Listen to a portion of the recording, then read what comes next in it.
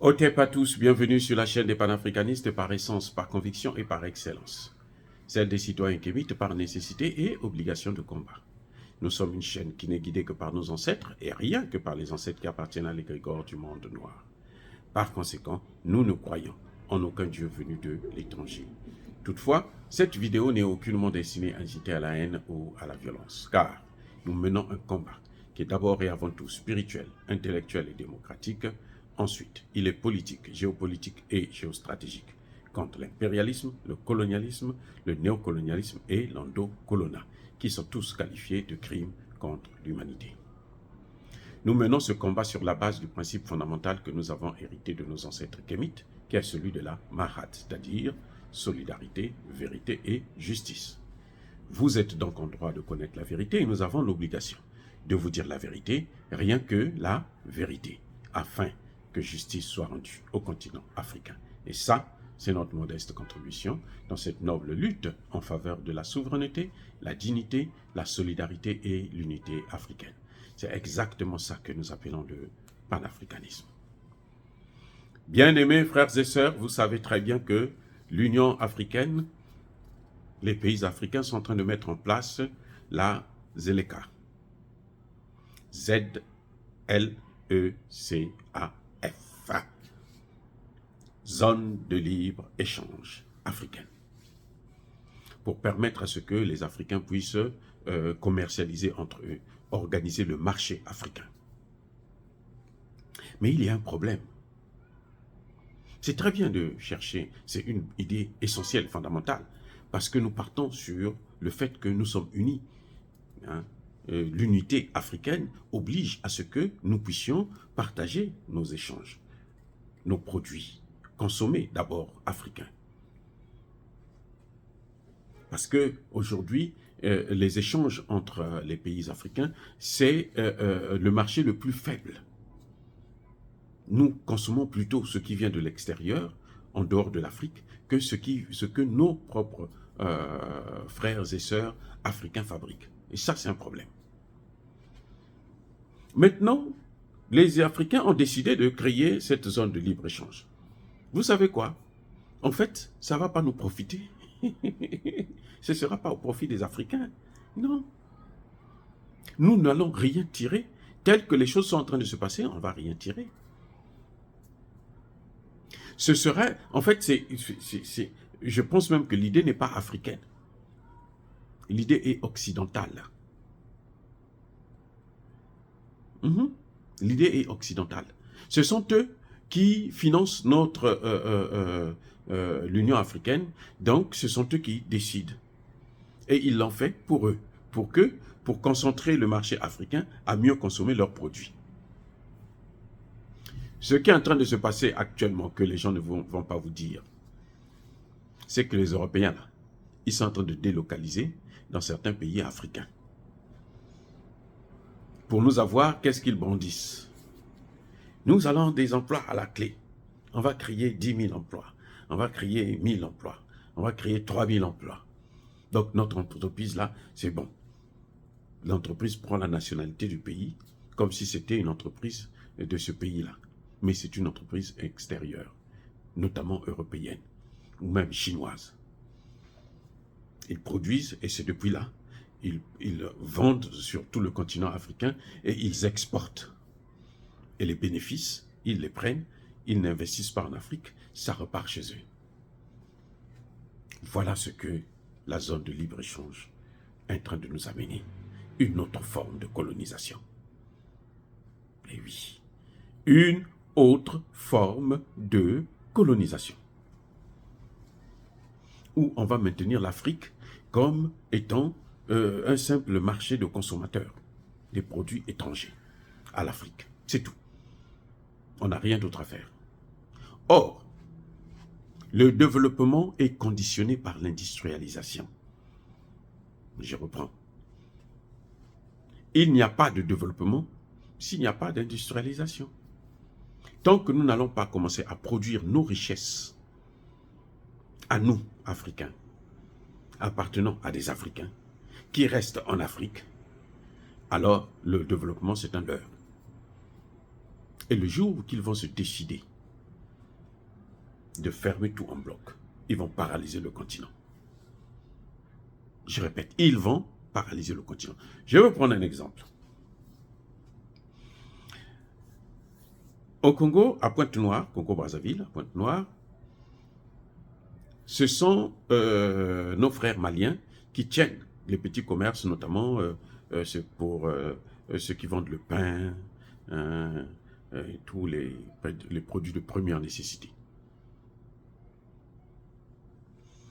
Alors, pour une raison ou pour une autre, ils n'étaient pas contents de la politique que le gouvernement menait à l'égard des ressortissants maliens, nos frères. Eh bien, les Maliens se sont révoltés. Ils sont rentrés en grève. Pendant plusieurs jours, dans tout Pointe-Noire, il n'y avait plus de pain. Parce que le pain était produit par qui? Par d'autres. Pas par des Congolais. C'est ça les conséquences lorsque vous prenez votre industrialisation, votre développement, vous mettez ça dans les mains d'un étranger. Là encore, ce sont des Maliens. Mais c'est la même chose qui se produira au niveau africain si ce sont les Occidentaux qui amènent leurs entreprises. Ils viennent avec des entreprises, ils investissent, ils créent quelques emplois et puis gagnent de gros bénéfices qui s'en vont chez eux. Et comme ça y est, c'est produit en Afrique, alors ils sont exonérés des taxes douanières, ils peuvent exporter sur l'ensemble du continent africain sans problème, alors que ce n'est pas un produit africain.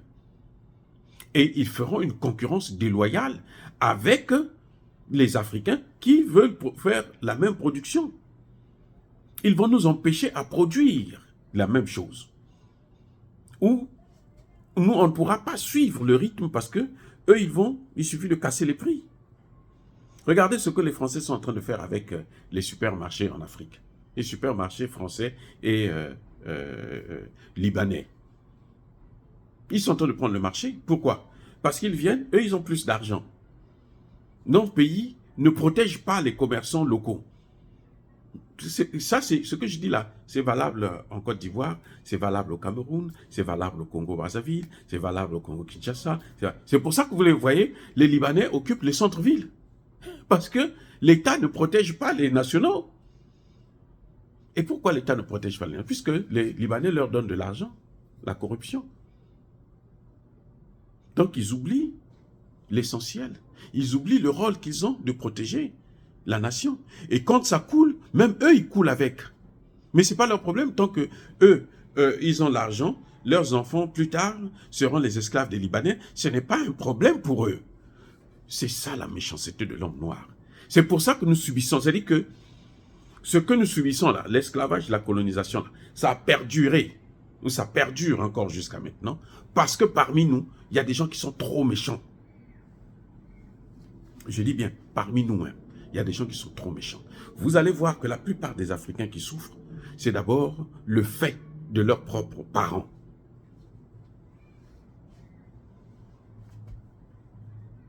La plupart des Africains qui sont en difficulté, c'est d'abord le fait de leurs propres parents. Le père, la mère, les frères, les sœurs, les cousins, cousines, oncles, tantes et autres. Ce sont eux d'abord, les premiers ennemis. Ils sont eux. En première ligne, là, ce sont eux. Alors que les autres, quand ils viennent, ils sont solidaires. Les Libanais, là, ils ne se connaissent même pas. Mais pourvu que tu arrives, tu es Libanais, vous avez la même couleur de la peau, ce qu'il fait, c'est qu'il t'aide à remonter, à monter, à t'installer. Et quand tu t'installes, toi aussi, tu vas aider un autre qui viendra. Ainsi de suite. Et la communauté ne fait que grandir. C'est pour ça qu'en Côte d'Ivoire, vous avez 100 000 Libanais. Ah oui, plus de 100 000 Libanais qui ont pour certains la nationalité ivoirienne. Et maintenant, comme ils sont nombreux et ils ont les moyens, ils influencent le pays, vous savez quoi? Ils peuvent se permettre maintenant de tuer les Ivoiriens. Ils le font. Dans d'autres pays, au Congo, dans mon pays à moi, là, si vous avez affaire à un Libanais ou à un Chinois, eh ben, vous êtes foutus, les gars. Si vous partez à la police, eh ben, lui, on va le libérer tout de suite. C'est peut-être même vous qui allez rester là-bas. Alors que c'est lui qui a commis l'infraction. Vous partez à la justice, c'est pareil. Parce qu'ils ont... à la police, il y a un lieutenant, un général, un colonel qui va venir pour intervenir pour lui. À la justice, il y a un procureur, il y a un président de la cour qui va venir intervenir pour lui. Et vous, le national, vous êtes perdu. Donc cette zone de libre-échange, si c'est sur cette base-là, où les Africains ne se contrôlent pas, ne prennent pas le contrôle même des Africains, ne règlent pas des préalables. Vous voyez par exemple en RDC, toute cette guerre qu'il y a, ce n'est pas au bénéfice du Rwanda. Les Rwandais qui sont à l'étranger là, qui financent, hein, qui envoient de l'argent pour financer la guerre. Des Rwandais qui sont à l'étranger avec nous, nos frères et sœurs là, qui sont là, eux ils prennent leur argent, ils financent pour que les Rwandais puissent faire la guerre au Congo démocratique, pour prendre une terre du Congo. Ce qui ne pourront pas le faire, parce que tôt ou tard, les Congolais vont se réveiller. Avec ou sans Tshisekedi. On le voit déjà aujourd'hui avec les Wazalendo. Donc, et ils le font pour qui? Pour les étrangers. C'est-à-dire que c'est à travers la guerre que les Rwandais sont en train de mener au Congo démocratique que les États-Unis, la France, l'Allemagne, l'Angleterre viennent voler les matières premières et puis continuer à s'industrialiser.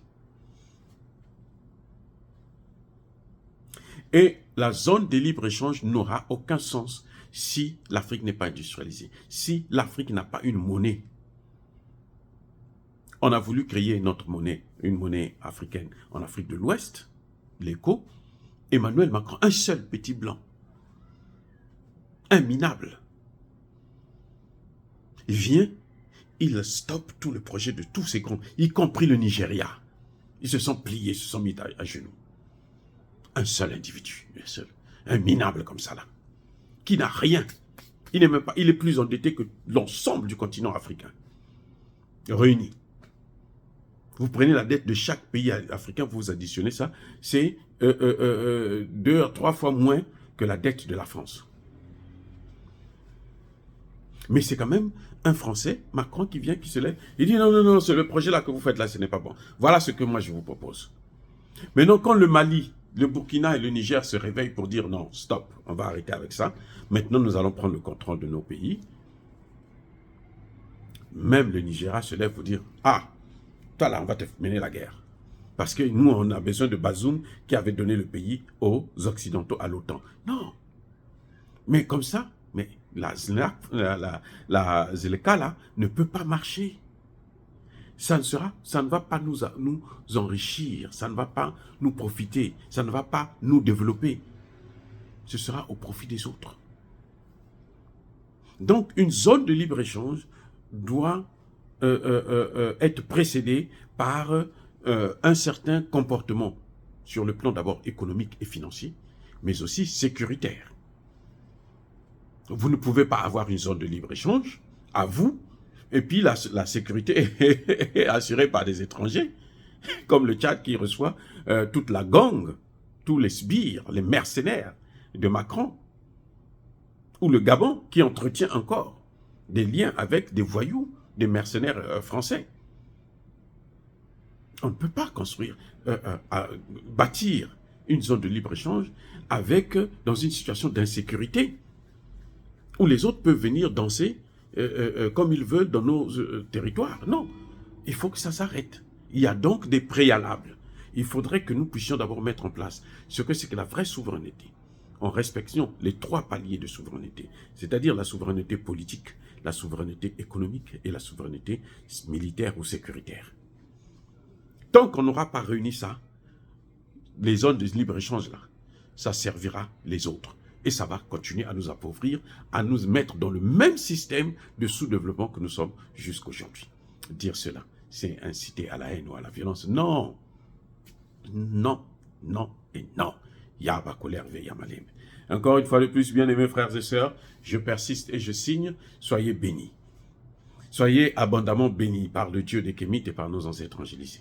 Mais que tous ceux qui persécutent le continent africain le pillent et le déstabilisent, qu'ils soient noirs, blancs, chinois, arabes, indiens, qui qu'ils soient punis, maudits, foudroyés, neutralisés, écrasés, effacés par ce Dieu des Kémites et par nos ancêtres angélisés. Vive l'Afrique éternelle. J'ai dit et j'assume.